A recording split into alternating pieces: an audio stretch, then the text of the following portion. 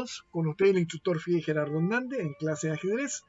Nos encontramos viendo el interesante torneo internacional de la candidatura jugado el año 1953 en Zúrich, Suiza.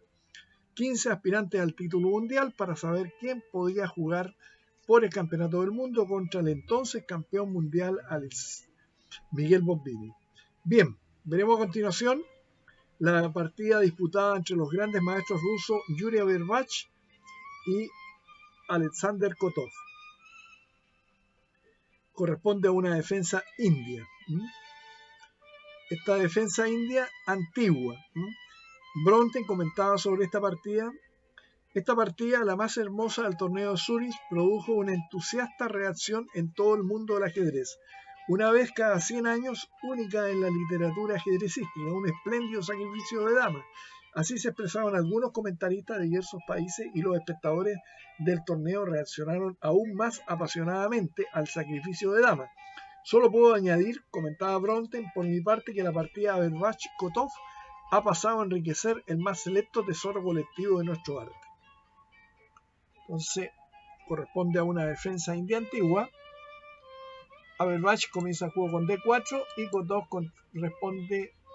responde con caballo F6, C4, D6, caballo F3, caballo B a D7, caballo C3, E5, dando inicio a la defensa india antigua, E4, alfil E7, alfil E2. En la ronda anterior, Petrosian había conseguido una buena partida con negra en una defensa análoga contra Kotov. En este torneo, Kotov replicó habitualmente a D4 con D5, o bien con la defensa india de rey, pero en este juego hace uso de la idea de Petrosian y sin mayores precauciones la plantea ante Averbach. En la partida antes mencionada, las blancas continuaron con la jugada G3 para fianchetar su alfil rey, pero aquí Averbach elige un modo distinto de desarrollo con la jugada alfil E2. Esto es coherente con el ulterior avance de los peones del flanco de dama, pero el plan, sin embargo, no llegará a una conclusión lógica, comentaba Bronten. Enroque corto, C6, dama C2, torre 8, torre D1, alfil F8, torre B1, A5, D5. Buena jugada. A3 no sería bueno acá, ya que las negras cambian en el centro, presionando sobre E4 y más tarde avanzarían su peón A para impedir la jugada expansionista de la blanca B4. Entonces, D5,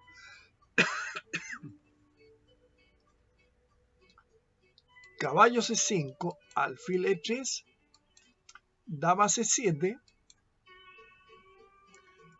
H3, alfil D7, torre B C1, G6,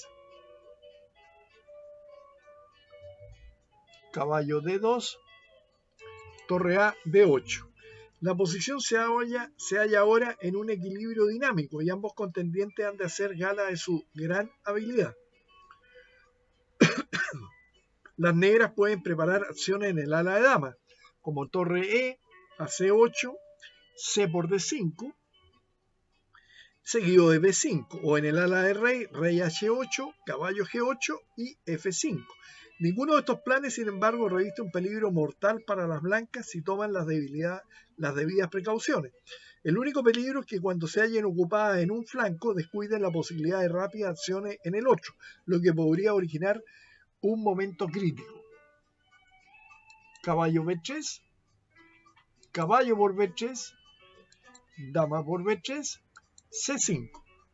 Esta es una categórica declaración de que las negras han elegido el flanco del rey como principal teatro de operaciones. Las blancas deberían preparar ahora A3 seguido de B4, sin pérdida de tiempo.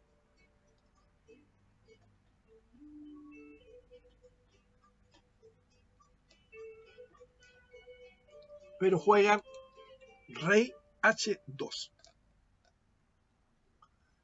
Rey H8, dama C2, caballo G8, alfil G4, caballo H6.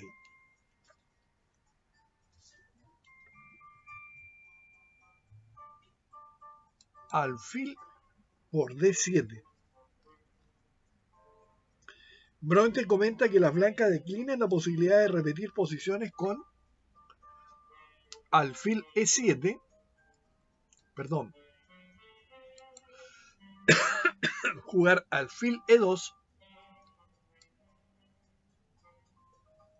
y el negro jugar caballo G8. La estimación sería correcta de continuar jugando A3, B1, estimando al parecer que sus opciones no son inferiores. La estimación, al jugar esto,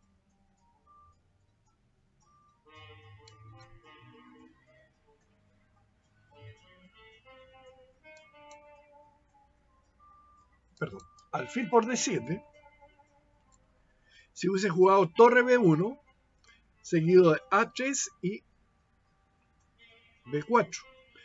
Pero es incorrecta porque sus intenciones son muy otras. Dama por D7, dama D2, caballo G8 y G4. Averbach está jugando con dinamita, comentaba Bronte. Ahora,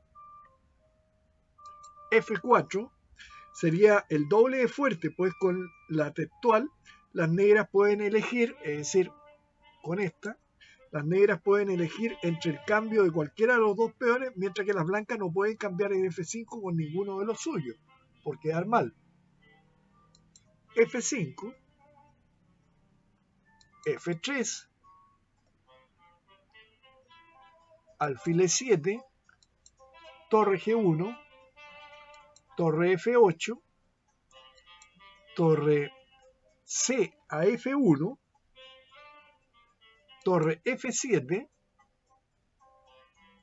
G por F5. Esta jugada, criticada por muchos, comentaba Bronte, no puede considerarse un error, puesto que constituye la continuación de un plan iniciado mucho antes. Averbach, habiéndose propuesto atacar la columna G, procede a su apertura, cuando el plan correcto era, ¿no es cierto?, lo que mencionamos anteriormente, torre B1 o A3, torre B1 y B4. Esto es completamente lógico, pero el peón H debería haber estado en H2, como lo veremos después. G por F5, torre G2, F4, buena jugada, alfil F2, torre F6, caballo E2. Se considera generalmente que los requisitos para la creatividad en ajedrez son la lógica, el cálculo preciso de variantes y la técnica, comprendiendo este último factor, los conocimientos teóricos.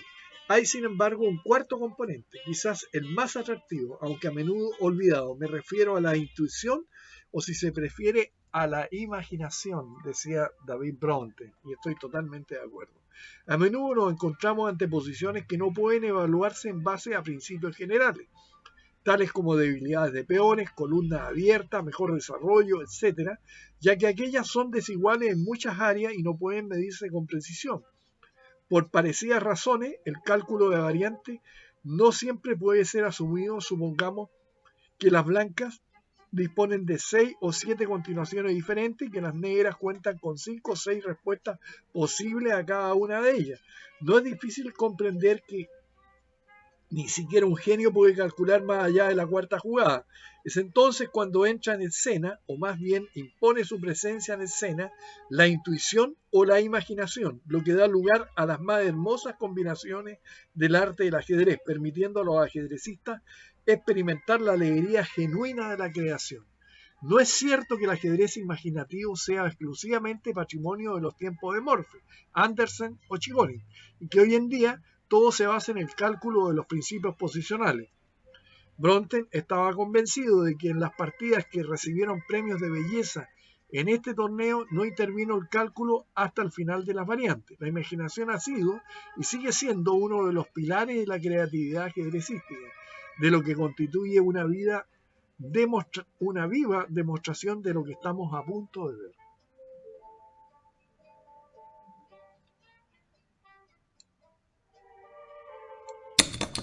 Dama por H3.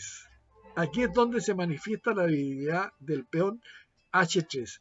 La idea de la magnífica combinación de Kotov, preparada por todo su juego precedente, consiste en atraer el rey enemigo hasta la casilla F5, donde estará indefenso ante las dos torres, caballo y alfil negro, mientras que 5 piezas blancas permanecen hundidas en la retaguardia y solo pueden presenciar impotentes el combate. Rey por H3, torre H3, H6 jaque, rey G4, caballo F6 jaque, rey F5, cual un conejo hipnotizado por una boa, el rey se encamina involuntariamente hacia el lugar de su muerte. Para entender la próxima fase de la partida debemos tener presente que Kotov disponía de muy poco tiempo y naturalmente no quiere arruinar tan hermosa e infrecuente partida con una jugada irreflexiva. Decide por consiguiente dar algunos jaques para llegar a la jugada 40 y aplazar la partida. Que existen posibilidades de mate en la posición es incuestionable y probablemente Kotov las vio esbozadas al efectuar su movimiento 30, es decir, el movimiento del sacrificio de la dama. Estamos en esta posición ahora. Después de esta, no nos olvidemos, vino rey por H3, torre H6, rey G4, caballo F6, jaque, rey F5. Y ahora caballo D7. Y aquí la confirmación. El sacrificio de la dama hubiera sido total y precisamente calculado si Kotov hubiera preferido la sugerencia de Stalberg, que era caballo G4.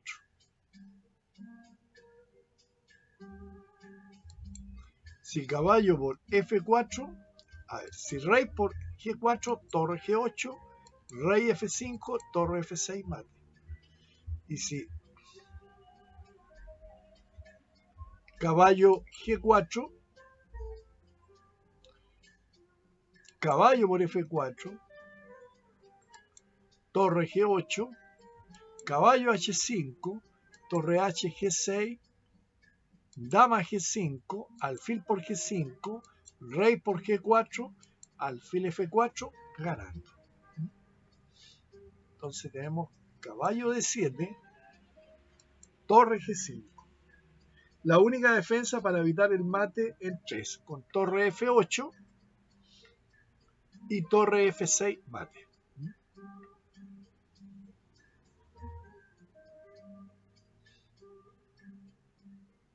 Con idea, ¿no es cierto?, torre F8, rey G4, torre G8, rey F5, torre F6 mate. La otra sí. Torre G7, torre F8 jaque, rey G4, rey por G7, torre G1, rey G8, torre G8, rey F5 jaque, rey F7, torre por G8, torre H5 jaque, rey G4, caballo F6 mate. Hermoso mate. Ahí tenemos torre G5,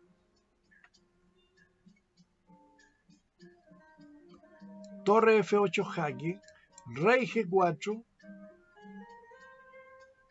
caballo F6 jaque, rey F5, caballo G8 jaque, rey F4, rey G4, caballo F6, ganando tiempo en el reloj para llegar a la movida 40, rey F5, caballo por D5 jaque, para no hacer las tablas por repetición de jugada, rey G4, caballo F6 jaque, rey F5, caballo G8 jaque, rey G4, caballo F6 jaque, rey F5, caballo G8, rey F4, G4, alfil por G5, rey por G5, torre F7, alfil H4. Si caballo por F4 venía torre G7 jaque, caballo G6 jaque, torre G por G6 jaque, rey F5, caballo E7 mate. Otra posibilidad de mate. Por eso juega alfil H4, torre G6. Si torre G7 perdía por rey F5, torre H G6, dama por D6, torre por D6, rey por E5. Un juego muy complejo. Entonces, torre G6, rey H5, torre F G7, alfil G5, y acá el blanco empieza a entregar piezas para evitar el mate inmediatamente. Torre por G5 jaque, rey H4, caballo F6 amenazando mate en una, caballo G3,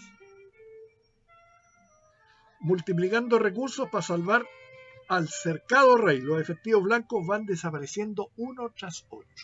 Torre por G3, dama por D6, torre 3, G6,